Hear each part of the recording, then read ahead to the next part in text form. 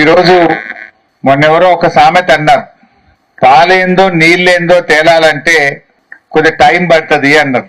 కేసీఆర్ ఉండంగా ఏముండే, కాంగ్రెస్ వచ్చినాక ఏమైందో ఇప్పుడు ప్రజలకు మెల్లమెల్లగా మనసున పడుతున్నది. ఆనాడు కేసీఆర్ ముఖ్యమంత్రి అయినాడు ఏముండే, ఎరువు బస్తాలు కావాలంటే సిద్దిపేటలో పోయి మబ్బుల 5 గంటలకు లైన్లో నిలబెడితే, చెప్పుల లైన్లో పెడితే ఒక సంచి దొరికే పరిస్థితి ఉండే.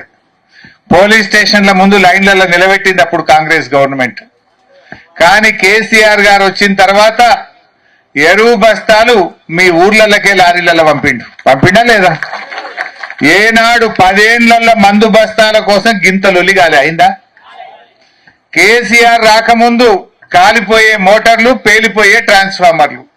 మోటార్ కాలితే 5,000, ట్రాన్స్ఫార్మర్ కాలితే బాయికింత వేసుకొని లంచం ఇస్తే ట్రాన్స్ఫార్మర్ వచ్చు. అది వచ్చే వరకు వెనకబడి ఎండైపోతుండే. కానీ కేసీఆర్ గారు వచ్చినాక 24 గంటల కరెంట్ ఇచ్చిండు, మోటార్లు కాలని కరెంట్ ఇచ్చిండు, ట్రాన్స్ఫార్మర్లు కాలని కడుపు నిండా కరెంట్ ఇచ్చిండు. ఇవాళ కాంగ్రెస్ గవర్నమెంట్ ఉండగా ఆ రోజుల్లో ఎప్పుడో దొంగ రాత్రి కరెంట్ వస్తుండే. కానీ కేసీఆర్ వచ్చినాక పొద్దున్న దాకా నీ బాయి కాడ కడుపు నిండా కరెంట్ ఇచ్చిండా లేదా?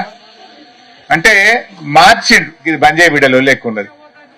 ఇప్పుడు మళ్ళా కాంగ్రెస్ వచ్చింది, మళ్ళా మోపైంది. కరెంటు బాధలు, మోటార్లు కాలుతున్నాయి, మళ్ళా ట్రాన్స్ఫార్మర్లు కాలుతున్నాయి. నాడిమిట్ల కేసీఆర్ ఉన్నప్పుడు కాలినాయా? మోటార్లు కాలలే, ట్రాన్స్ఫార్మర్లు కాలలే, మంచిగా కడుపు నిండా కరెంట్ ఇచ్చిండు. నిన్న ఒక ఎమ్మెల్యే చెప్తుంది, కాంగ్రెస్ ఎమ్మెల్యే పర్ణికారెడ్డి అట, నేను పొద్దుగాల పేపర్ చదివిన.